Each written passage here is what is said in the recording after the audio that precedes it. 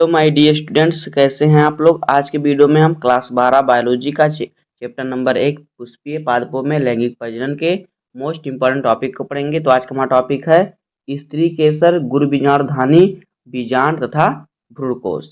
तो आज की वीडियो में हम तीन टॉपिक को पढ़ेंगे कि हमें एनसीईआरटी बुक में ये किस प्रकार से दिया है।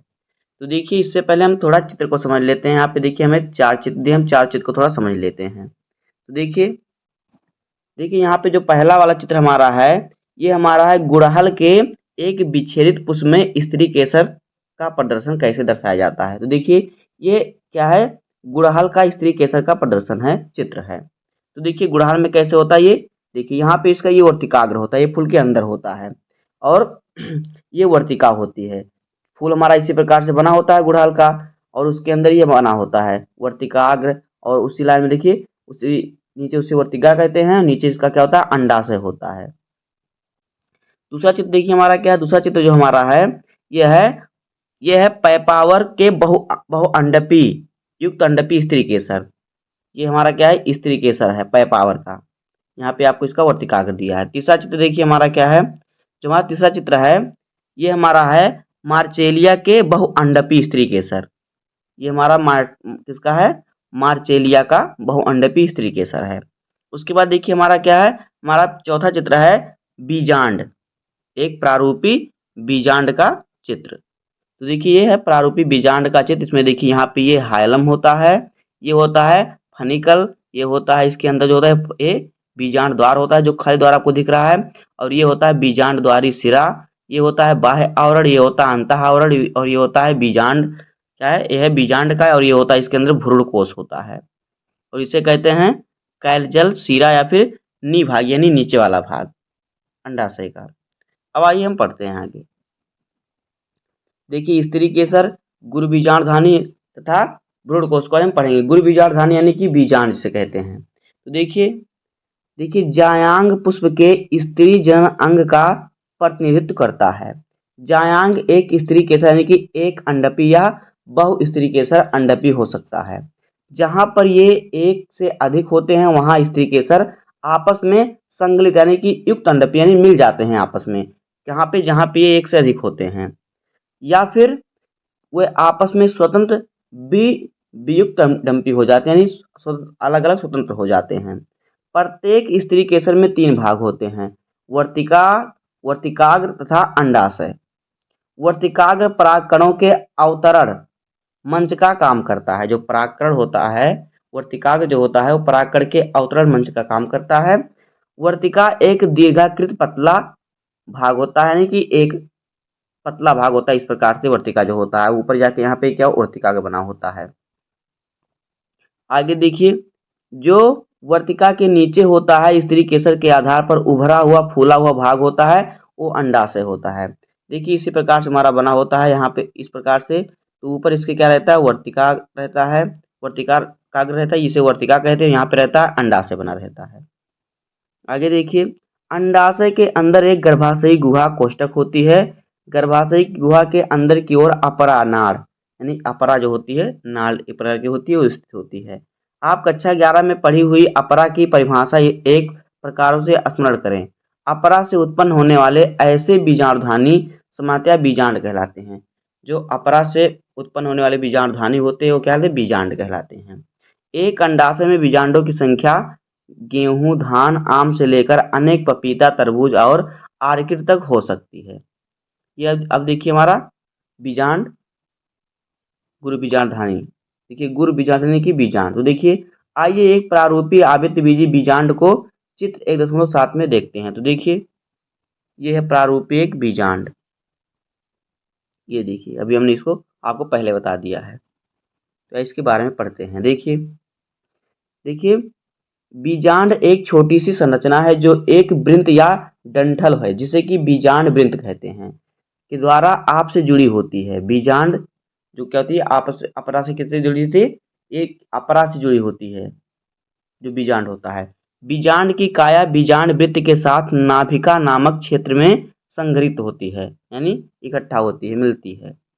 अतः यह नाभिका बीजांड एवं बीजांड वृत्त के संधि बिंदु का प्रतिनिधित्व करती है। प्रत्येक बीजांड में एक दो अध्यावरण नामक संरक्षक आवरण होते हैं, यानी बीजांड के चारों तरफ एक आवरण होता है। यह आवरण बीजांड को चारों ओर से घेरे होता है। केवल बीजांड द्वार नामक आयोजित छोटे से रंध्र को छोड़कर अध्यावरण बीजांड के चारों तरफ घेरा रहता है। देखिए, जो ऊपर बीजांड द्वार होता है वहां पे आवरण नहीं होता, बाकी चारों तरफ आवरण होता है। हमने अभी चित्र में आपको बता दिया है। बीजांड द्वारी सिरे के ठीक विपरीत भाग में कैलाजा होता है, जो बीजांड के आधारी भाग का प्रतिनिधित्व करता है। आगे देखिए, अध्यावरणी से घिरा हुआ कोशिकाओं का एक पुंज होता है, जिसे बीजांड काय कहते हैं। बीजांड काय केंद्रक की कोशिकाओं में प्रचुरता से आरक्षित आहार सामग्री होती है। बीजांड काय भ्रूणकोश या मादा युग्मकोद्भिद बीजांड में काय में स्थित होता है। एक बीजांड में सामान्यतया एक अकेला भ्रूणपुष्प होता है। जो एक बीजांड में कितना होता है? एक ही भ्रूणपुष्प होता है, जो एक गुरु बीजाणु से क्या होता है? निर्मित होता है, बना होता है। अब देखिए, हमारा आ गया गुरु बीजाणु जनन। तो देखिए, गुरु बीजाणु जनन क्या है? देखिए, गुरु बीजाणु मात्र कोशिकाओं से गुरु बीजाणु की रचना के प्रक्रम को गुरु बीजाणु जनन कहते हैं। क्या है? गुरु बीजाणु मात्र कोशिकाओं से गुरु बीजाणुओं की बनने की प्रक्रिया को या रचना के क्रम को ही गुरु बीजाणु जनन कहते हैं। बीजांड प्रायः एक अकेले गुरु बीजाणु मात्र कोशिकाओं से बीजांडकाय के बीजांड द्वारी क्षेत्र में विलग होता है। यह एक बड़ी कोशिका है जो सघन जीवद्रव्य से समाहित एवं सुस्पष्ट केंद्रक युक्त होती है। गुरु बीजाणु मात्र कोशिका अर्धसूत्री विभाजन से गुजरती है। गुरु बीजाणु मात्र कोशिका का अर्धसूत्री विभाजन से गुजरने का क्या महत्व है? ये हमारा क्वेश्चन पूछ रहा है इसमें। जो आपको तिरछी लाइन में दिख रहा है वो क्वेश्चन हमारा है। आगे देखिए, अर्धसूत्री विभाजन के परिणाम स्वरूप 4 गुरु बीजाणु धानुओं का उत्पन्न होते हैं। आगे देखिए, आगे हमारा आ गया स्त्री यानी कि मादा युग्मकोद्भिद। देखिए, इसमें क्या होता है? देखिए, अधिकांश पुष्पी पादपों में गुरु बीजाणुओं में से एक कार्यशील होता है, जबकि अन्य 3 अविकसित यानी कि अपभ्रष्ट होते हैं। केवल कार्यशील गुरु बीजाणु स्त्री यानी कि मादा युग्मकोद्भिद यानी कि भ्रूणकोश के रूप में विकसित होता है।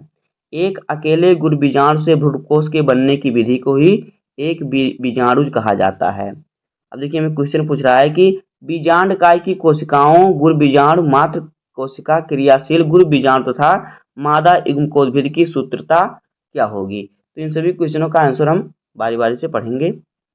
आइए देखते हैं। देखिए, आइए भ्रूणकोश के निर्माण का थोड़ा और विस्तार से अध्ययन करें। देखिए, क्रियाशील गुरु बीजाणु के केंद्रक समसूत्री विभाजन के द्वारा 2 केंद्र की न्यूक्लियाई बनाते हैं, जो विपरीत ध्रुवों को चले ले जाते हैं। क्या होते हैं?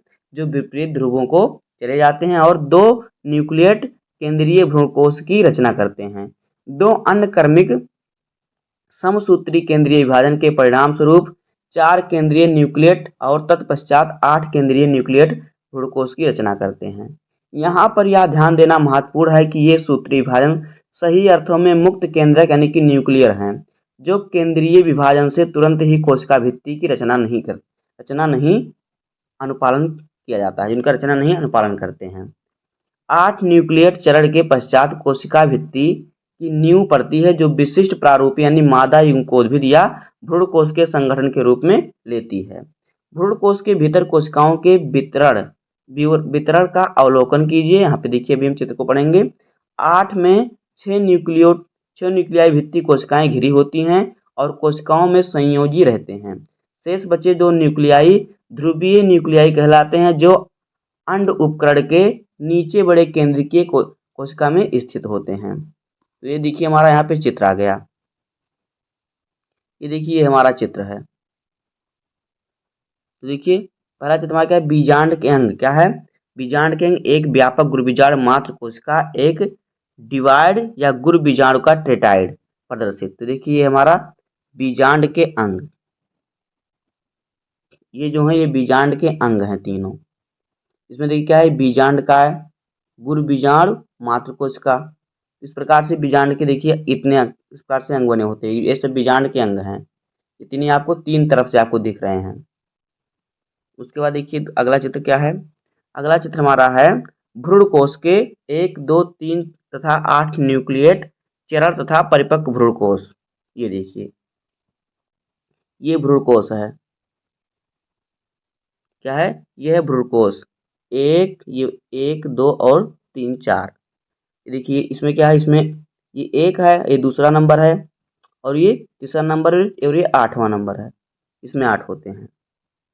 इसमें 2 केंद्रक पाया जाता है, इसमें 4 और इसमें 8, और इसमें देखिए कितना पाया जाता है, यहाँ पे देखिए एक सहायक कोशिका, अंड, केंद्रीय कोशिका, 2 ध्रुवीय केंद्रक, और क्या पाया जाता, प्रति प्रतिव्यासांत होता है 3। अब आगे देखिए अगला चित्र क्या है, सा वाला चित्र जो है, यह परिपक्व भ्रूणकोश का एक आरेखित प्रस्तुतिकरण, यानी कि बीजांड का बीजांड द्वार शीर्ष दिखा रहा है। ये है देखिए, ये क्या है, एक परिपक्व भ्रूणकोश का आरेखित आरेख है, यानी चित्र है। तो ये परिपक्व भ्रूणकोश होता है, इसमें देखिए क्या होता है, प्रतिव्यासांत होता है, इसे प्रतिव्यासांत कहते हैं। और आगे देखिए क्या होता है इसमें, ये होता है ध्रुवीय केंद्रक, और ये होता है केंद्रीय कोशिका, और ये होता है इसमें अंड, ये होता है सहायक कोशिकाएं, ये होती है इसमें, और ये होता है तंतुरूपी समुच्चय। अब आगे देखिए भ्रूणकोश के अंदर कोशिकाओं का वितरण विशिष्टतापूर्ण होता है। बीजांडद्वारी सिरे पर 3 कोशिकाएं एक साथ समूहीकृत होकर अंड उपकरण या समुच्चय का निर्माण करती हैं। इस अंड समुच्चय उपकरण के अंतर्गत 2 सहायक कोशिकाएं तथा एक अंड कोशिका निहित होती है। बीजांडद्वारी छाल, जिसे कि तंतु रूप समुच्चय कहते हैं, पर एक विशेष सहायक कोशिकाएं स्थल होने लगता है, जो सहायक कोशिकाओं में पराग नलिकाओं को दिशा निर्देशन प्रदान करने में महत्वपूर्ण भूमिका निभाता है। 3 अन्य कोशिकाएं निभाग, यानी कि कैलाजल छोर पर होती हैं, प्रतिव्यासांत एंटीपोडाल कहलाती हैं। बृहत केंद्रीय कोशिका, जैसे कि पहले हम बताया गया है कि में भ्रूण ध्रुवीय न्यूक्लियाई होता है, नहीं जो केंद्रक कोशिका होती है, क्या होती है, 2 ध्रुवीय होती है। इस प्रकार एक प्रारूपी आवृतबीजी भ्रूणकोश परिपक्व होने की यद्यपि 8 न्यूक्लियकृत तथा वस्तुतः 7 कोशिकाएं होती हैं। तो दोस्तों इस प्रकार से हो जाएगा ये टॉपिक का वर्णन।